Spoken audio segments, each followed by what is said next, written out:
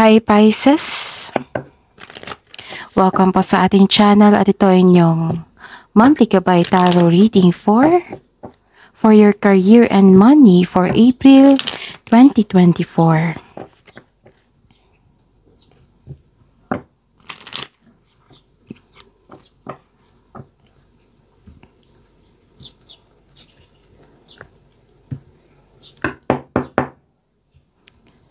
Please be reminded that this is general reading po, so maaari kayo makarelate o hindi. Just take what resonates.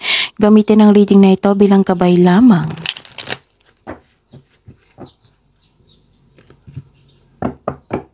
Balik po kayo dito bukas para sa ating daily gabay tarot reading.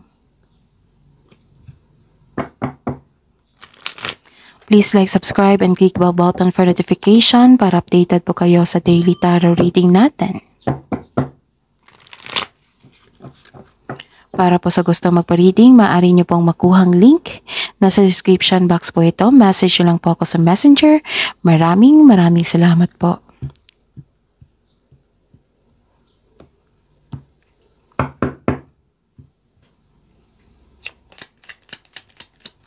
Spirits Guide, ano po ang mga ganap regarding po sa career and money po ni Pisces ngayong April 2024?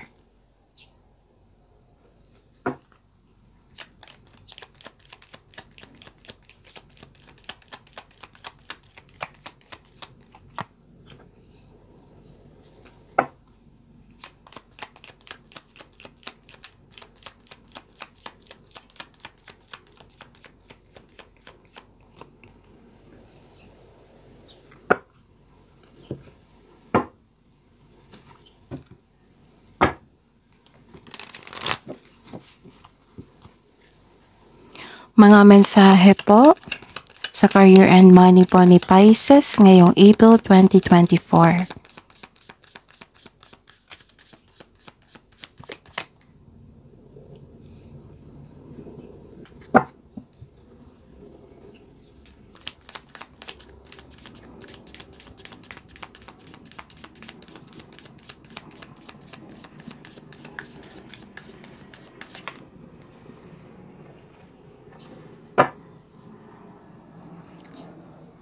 Okay, Pisces.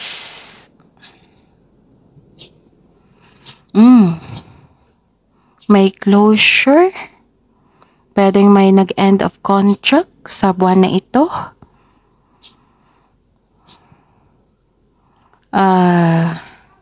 May transformation na naganap. Nahihirapan kayo sa pag-let go sa inyong posisyon. Nabibigatan po kayo na mag-let go sa inyong or lumabas sa inyong comfort zone. Basta may nakita ko ditong end of contract. May transformation, pagbabago sa inyong buhay. At may nakita ko ditong celebration sa inyong career. May nakita akong celebration or nag-uusap na pamilya. Nagkaroon ng meeting. And may nakita ko dito na nag-uusap kayo ng inyong matalik mong kaibigan dyan sa inyong trabaho, sa inyong negosyo. Actually, meeting din ito eh. Okay? So, ano yung mga mensahe sa buwan na ito regarding sa inyong career and money? Wellness, ensure your body is nourished, join the gym and regain strength. Live a healthier lifestyle. Magkaroon ng panahon na para magkaroon ng time sa pag-exercise. Magkaroon ng courage and power sa inyong career. Live a healthier lifestyle. Maaring umalis ka dito sa inyong kasalukuyang trabaho kasi hindi na nagbibigay ng mabuting health sa inyo. Hindi na maganda ang inyong health, palagi kayong stress. So, ayun, may advice dito na kailangan yung alagaan ng inyong sarili. Okay, and another message is resources. Be grateful for what you have and save something for the future. Use wisely and as needed. Okay? Kailangan nyo mag-save for the future. Tapos be grateful sa mga na-achieve mo sa buhay, sa mga na-receive nyong blessings ngayon. Use wisely and as needed.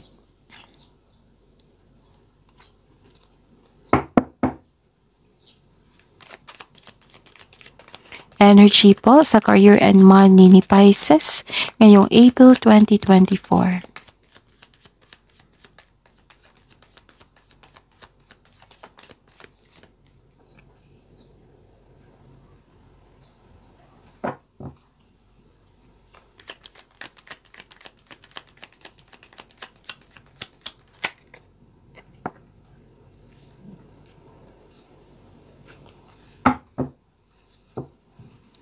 Blessings na ma-receive ni Pisces sa career and money nila ngayong April 2024.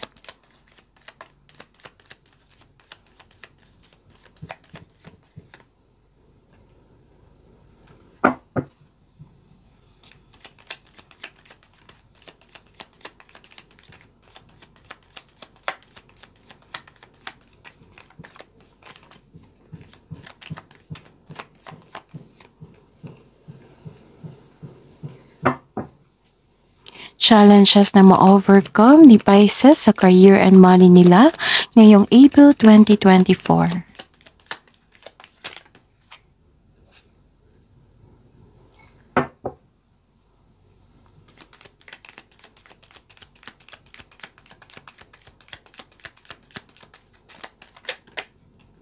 Kunin natin to. Spirit's Guide, message na po para kay Pisces.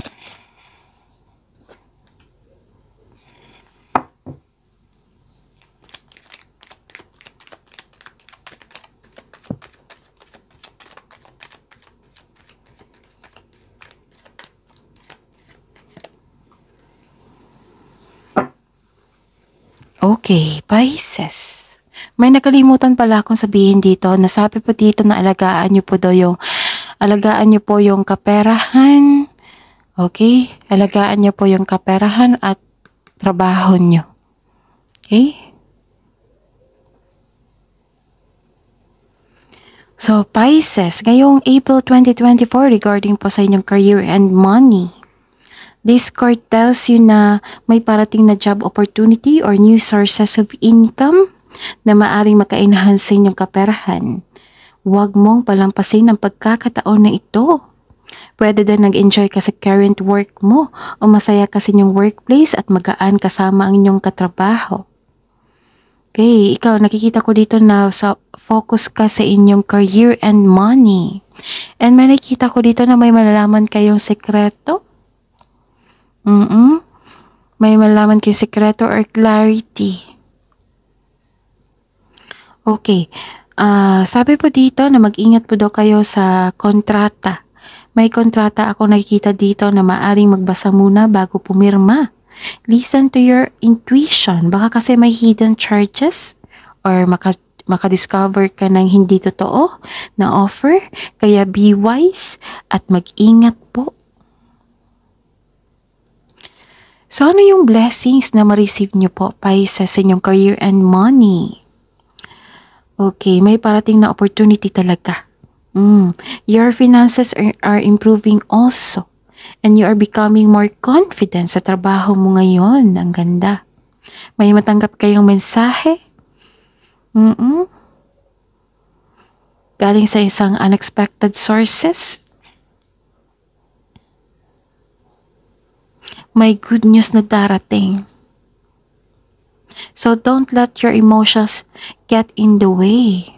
Don't let your emotions get in the way. So get in touch sa inyong, anong tawag nito? Intuition. Nagkaroon ng healing dito. Sabi po ng card dito na remind yourself na to let go and move forward. Ang pagkapi sa nakaraan ay pumipigil sa paglitaw ng isang bagong simula. This card tells you na subukang huwag ipagpaliban ang kasaganaan na naghihintay sa inyo. Sa challenges na ma-overcome nyo po, Pisces, sa buwan na ito. Okay, mag-ingat po daw kayo sa isang tao na manloloko or self-centered. Pwedeng narcissist ito. Maaring kasamahan mo ito sa trabaho. This is a sign na may, may kasamahan dyan na toxic. Mabilis po itong mag-react or defensive po. Okay? Ano pa?